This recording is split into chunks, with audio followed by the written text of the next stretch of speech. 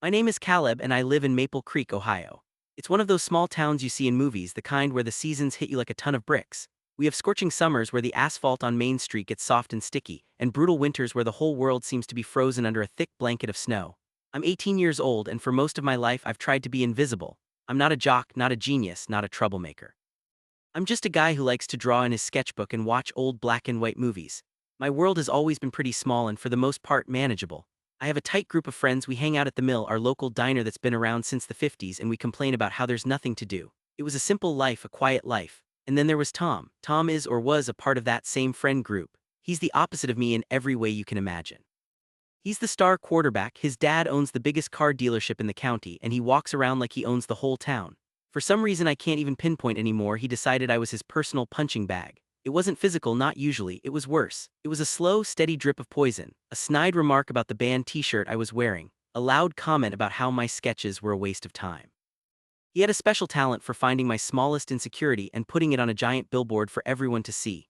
Our friends, people like Liam and Maya, they usually just shifted uncomfortably and tried to change the subject. They didn't want to get on Tom's bad side either, so I learned to just take it. I'd clench my jaw, stare at a fixed point on the wall and wait for it to be over. I told myself it didn't matter, that his words were just air, but they were. They were little paper cuts, and over the years they had left me bleeding in places no one could see. The real problem started to brew when Sarah joined our circle. Sarah was new to Maple Creek and she was like a burst of color in my black and white world. She had this incredible laugh and she didn't care that I was quiet. She'd ask to see my drawings and actually seem interested. For the first time in a long time I felt like maybe I wasn't so invisible after all, and Tom noticed. He saw the way I looked at her and he saw a new opportunity, a new weakness to exploit. My world, which had been small but safe, suddenly felt like a minefield. The problem I had to solve was Tom. He was a cancer in my life and he was starting to metastasize, threatening the one good thing that had happened to me in years. I was tired of being the butt of the joke, tired of feeling small, tired of the constant, gnawing anxiety whenever he was in the room. Something had to change. I just had no idea how to change it. I decided my first strategy would be avoidance. It seemed simple enough. If I wasn't around Tom, he couldn't bother me. I started making excuses to miss group hangouts. When everyone was going to the movies, I'd say I had to help my dad with a project. When they went to the Mill for burgers, I'd claim I had too much homework. At first, it kind of worked. I had moments of peace. I could hang out with Sarah one-on-one sometimes, walking by the creek that gave our town its name, and it was perfect. But my absence created a vacuum, and Tom was more than happy to fill it with his own narrative.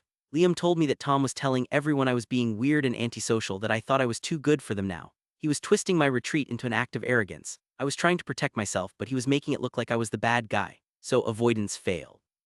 My next plan was confrontation, but a gentle one. I thought if I could just talk to him, maybe, just maybe, I could get him to understand. I caught him alone after school one day near the lockers. My heart was pounding in my chest like a drum solo. I said, "Hey Tom, can we talk for a second?" He leaned against the lockers, smirking. "What's up, Caleb? Gonna draw me a sad little picture?" I took a deep breath.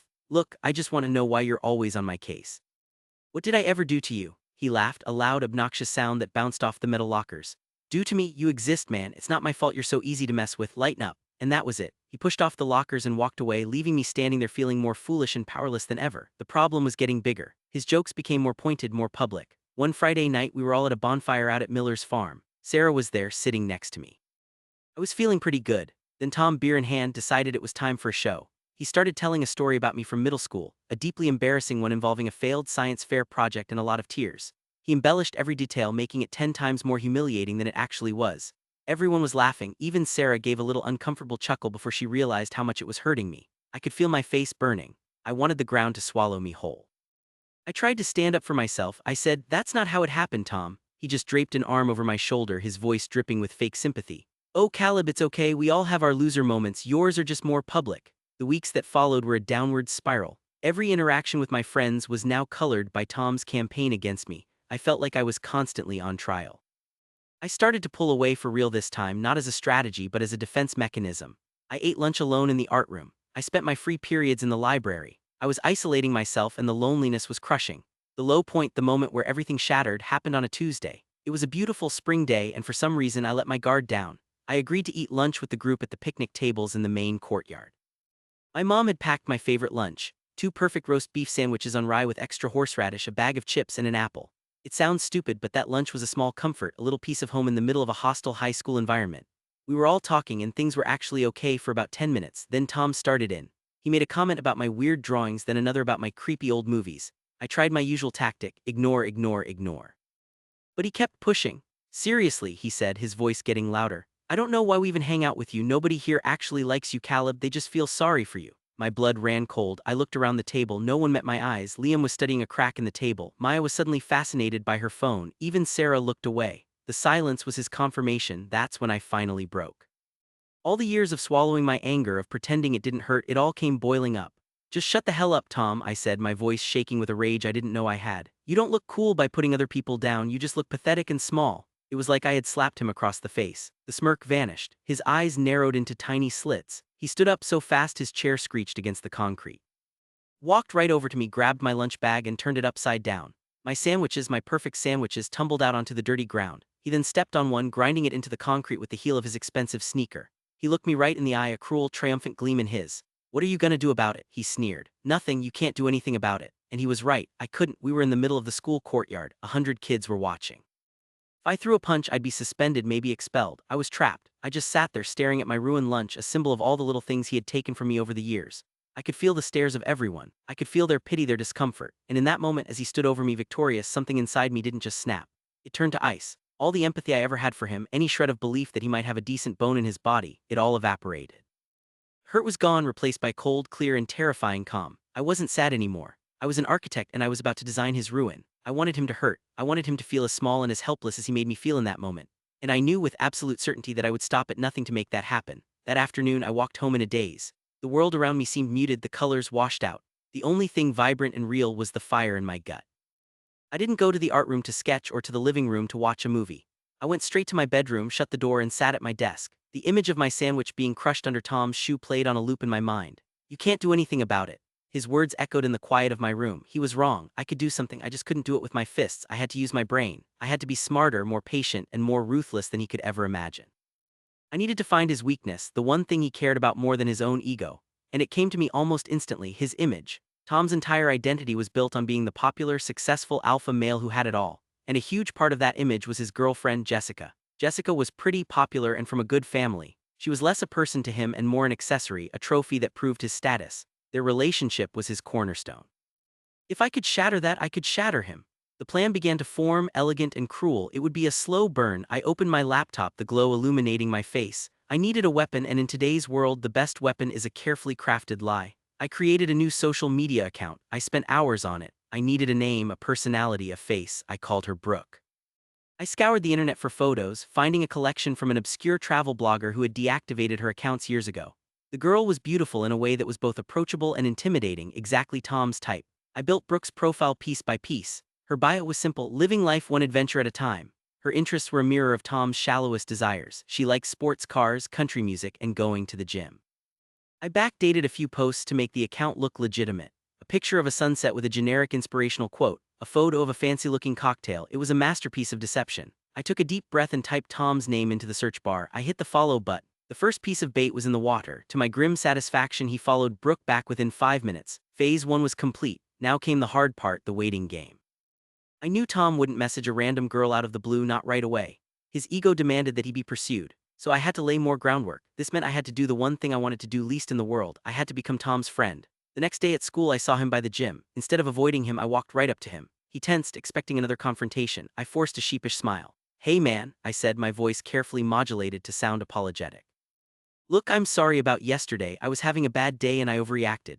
He looked stunned. This was not in his playbook. "Yeah, well, you were being a weirdo," he mumbled, but the aggression was gone, replaced by confusion. "I know," I said, hating every word that came out of my mouth. "It's all good, forget it happened." I clapped him on the shoulder, a gesture so unnatural for me it felt like my arm was on fire, and then I walked away. I planted the seed. Over the next 2 weeks, I nurtured it. I laughed at his stupid jokes. I asked him about football practice. I let him copy my history notes. I made myself agreeable, non-threatening. I became his shadow, a friendly ghost he got used to having around. My real friends Liam and Maya were confused. "What are you doing, Caleb?" Maya asked me one day. "You guys suddenly best friends." "Just being the bigger person," I lied, and the ease with which the lie came scared me a little. I saw the look on Sarah's face, a mixture of disappointment and confusion. It hurt, but I told myself it was a necessary sacrifice. This was my journey into the dark, and I had to walk it alone. One afternoon, we were in the student lounge, supposedly studying for a physics test. I decided it was time for phase 2. I leaned back in my chair and said, "Man, relationships are complicated." Tom grunted in agreement, not looking up from his phone. "Tell me about it." "Jessica's been on my case all week about not spending enough time with her." "Yeah," I said, "I've been talking to this new girl online. She's awesome, but it's tricky." This was the hook. His head snapped up, his interest peaked. Oh yeah, anyone I know, not just some girl. It's crazy you can meet anyone online these days. I let the idea hang in the air for a moment. Then as if a thought just occurred to me, I said, hey, didn't you say some cute girl followed you the other week? He got a smug look on his face. Yeah, actually. Let me see, I said, leaning in. He pulled up his phone and showed me the profile. It was Brooke, my creation. I put on my best performance. My eyes went wide. Whoa, dude, she's wow, you have to message her. He hesitated, a rare flicker of something like conscience in his eyes. I don't know, man, Jessica would kill me. This was the critical moment. I had to push him over the edge. I leaned in closer, lowering my voice like we were co-conspirators. Dude, what Jessica doesn't know won't hurt her. It's just a message. You're not doing anything wrong. You're just being friendly. Besides, a guy like you deserve to have a little fun. She'll never find out, I promise. I watched him chew on it. I could see the battle in his head. The tiny, weak voice of loyalty versus the roaring, all-consuming monster of his ego. The ego won. It always did with Tom. You're right, he said, a slow smile spreading across his face. What's the harm? He opened his direct messages, found Brooke's profile and typed out two simple words. Hey there, I watched the message send. On my own phone, tucked away in my pocket, I felt the vibration of the notification. The trap was sprung. The monster had taken the bait. And as I sat there smiling and encouraging him, a cold thought slithered into my mind. Maybe I wasn't just being the bigger person. Maybe I was becoming the asshole. I had the chance to stop, to let it go, to walk away and just be content with our new fake friendship. But the image of the crushed sandwich flashed in my mind and I knew. I wasn't going to stop. I was going to see this through to the end. The conversation began. I was living a double life. By day I was Caleb, Tom's new supportive buddy. By night I was Brooke, the mysterious, flirty girl from the internet. It was exhausting and exhilarating. I would sit in my room for hours, my phone in hand, carefully crafting every single message. Brooke was everything I wasn't: confident, bold, and playful. She complimented his profile pictures, she laughed at his jokes, she made him feel like the most interesting man in the world. I knew all of his insecurities, all of his triggers, and I used them to my advantage. I made Brooke praise his football skills, something I knew he craved constant validation for. I had her ask about his car, letting him brag for hours. I was playing him like a violin and he was dancing to my tune. The first few days were just light chatter, then Tom escalated things. He asked Brooke if she was single. On my phone I typed back, I am. What about you? This was the test. I held my breath as I waited for his reply. It came a few seconds later. Single too. A cold, sharp thrill went through me. He had crossed the line. He had denied Jessica's existence. I took a screenshot. It was the first piece of hard evidence. From there the flirting intensified. He started calling me beautiful. He told me he couldn't stop thinking about me. Every word was a nail in his own coffin and I was the one handing him the hammer. I would take screenshots of everything. The late-night messages where he'd complain about his crazy ex Jessica. The suggestive comments he'd make about my photos. The plans he tried to make to meet up, which I always found a clever excuse to delay. My phone's photo gallery became a library of his betrayal, a meticulously organized archive of his downfall. All the while, my friendship with him in the real world deepened. It was a sickening charade. We'd be at the mill and he'd be showing me the messages from Brooke on his phone, asking for my advice. Dude, what should I say back to this? He'd ask, a giddy look on his face. And I would lean over, look at the words I myself had typed just an hour before and say, tell her she has beautiful eyes, girls love that. I was his wingman in his own destruction. It felt like I was watching a movie that I was directing, writing, and starring in all at once. The guilt was a constant, low hum in the back of my mind. I saw Jessica in the hallways at school, smiling and oblivious, sometimes even waving at me because I was now one of Tom's good friends. Every time she did, I felt a pang of something ugly. But then I would remember his face as he ground my lunch into the pavement. I would remember years of quiet humiliation, and the guilt would fade, replaced by that cold, hard resolve. I was no longer the victim, I was the one in control. The climax of my plan was approaching. Tom was getting impatient. He was pushing harder and harder to meet Brooke in person. I knew I couldn't keep the charade going online forever. It was time to bring down the curtain. I chose a Friday. I wanted his weekend to be ruined just as he had ruined so many of mine.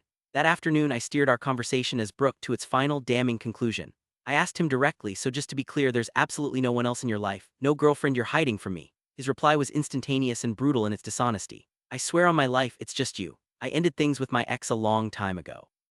She was crazy. I took the final screenshot. I had everything I needed. That night I sat at my desk, my heart a steady, rhythmic beat in my chest. This was it, the culmination of weeks of planning, of biting my tongue, of living a lie. I opened a new anonymous email account. The username was something generic like Truthseeker123. I composed a new message. The recipient was not Jessica. That would be too direct, too easy for him to explain away. My target was her best friend, a girl named Chloe who was fiercely loyal to Jessica. I knew that if Chloe saw the proof, she would make sure Jessica understood the full extent of the betrayal. I attached the dozen or so screenshots in chronological order, a perfect narrative of his lies. The I'm single message, the flirtatious comments, the insults about Jessica, the final damning swear on his life. I didn't write a long message. I just wrote a few simple, devastating sentences. Chloe, I think your friend Jessica deserves to know who her boyfriend really is. This is who he is when he thinks no one is watching. I stared at the screen for a long time. This was the point of no return. Once I hit send, a chain reaction would start that I couldn't stop. A part of me, a small, frightened part that still remembered being the quiet kid who just wanted to draw, screamed at me to stop. But the other part, the cold, vengeful part that was born in the school courtyard, was in control now. I moved my cursor over the send button. I thought of Tom's smirk, I thought of my crushed sandwich, I thought of the words, "You can't do anything about it." I clicked send. And then I shut my laptop and waited for the world to burn. The fallout was faster and more spectacular than I could have ever imagined. I didn't have to wait long. The next day, Saturday, my phone started buzzing with texts from Liam. Did you hear about Tom and Jessica?" I played dumb. "No, what happened?" The story came out in a torrent of texts. Chloe had gotten the email Friday night. She had immediately driven to Jessica's house and showed her everything. There was screaming, there were tears. Jessica called Tom, who, according to the rumors, tried to lie his way out of it. He claimed the screenshots were fake, that someone was trying to frame him. But the evidence was overwhelming. The specific details, the private jokes, the timeline, it was all too real. By Saturday morning, the story was all over Maple Creek. Social media is a wildfire in a small town, and Tom was burning at the stake. Chloe and Jessica's friends had screenshotted my anonymous email and the evidence and spread it everywhere. Everyone had seen the messages. Everyone knew. Monday at school was like walking onto a movie set after the climactic battle. The atmosphere was thick with tension and whispers. I saw Jessica by her locker, surrounded by a protective wall of her friends. Her eyes were red and swollen, but she held her head high. When she saw me, she gave me a small, sad smile, thinking I was one of the good guys, Tom's friend who had no idea. The guilt hit me like a physical blow. But then I saw Tom. He was standing alone by the water fountain, a place where he was usually holding court, surrounded by his followers. But not today. Today he was a pariah. People walked past him pointedly looking away, others whispered and stared. His face was pale, his usual confident swagger completely gone. He looked lost, broken, and utterly alone. He looked up and our eyes met across the hallway. There was no anger in his eyes, just a hollow, desperate confusion. He had no idea who had done this to him or why. He was the victim of a faceless, nameless enemy. He was powerless. And in that moment, I felt a surge of pure, unadulterated victory. It was dark, it was ugly, but it was there. I had done it. I had taken away his power, his image, his trophy girlfriend. I had made him feel exactly how he made me feel for all those years. I had won. The resolution played out over the next few weeks. Tom became a ghost in the hallways of our school. His friends distanced themselves from him. Football teams still had him as a quarterback, but the reverence was gone. He was just a guy who threw a ball, and a cheating one at that. His relationship with Jessica was obviously over, and the public nature of the breakup meant there was no chance of reconciliation. He was a social outcast. Our friend group dynamic shifted dramatically. With Tom's toxic presence gone, it was like we could all finally breathe. Liam and Maya and I started hanging out more, and it was easier, lighter. And Sarah. Well, with Tom out of the picture, she and I started to get closer. We went for more walks by the creek. We talked about movies. I showed her my sketchbook, and this time there was no one there to mock me. She told me she was glad I wasn't friends with Tom anymore, that she never really liked how he treated me. It felt like my life was finally starting over on my own terms. My new normal was quiet, but it was a peaceful quiet, not the anxious silence I had lived in before.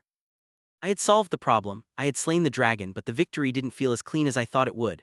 I had done a terrible thing, no matter how much he deserved it. I had been manipulative, cruel, and deceptive. I had used my brain not to create, but to destroy. That coldness I had felt, that methodical desire for revenge, it scared me. It was a part of me now, a tool I knew I possessed. One evening, a few months later, I was sitting at my desk sketching. Without thinking, my pencil started to move across the page. I drew a face from memory. High cheekbones, a confident smile, eyes that were both inviting and distant. When I was done, I stared at the drawing. It was Brooke, the girl who never existed, the weapon I had created. A chill ran down my spine. In my quest to destroy a monster, had I created a new one inside myself? I looked at the drawing, at the face of my revenge, and for the first time I wasn't sure who had really won. I had gotten what I wanted. Tom was ruined, but I was changed. I was no longer just Caleb, the quiet kid from Maple Creek.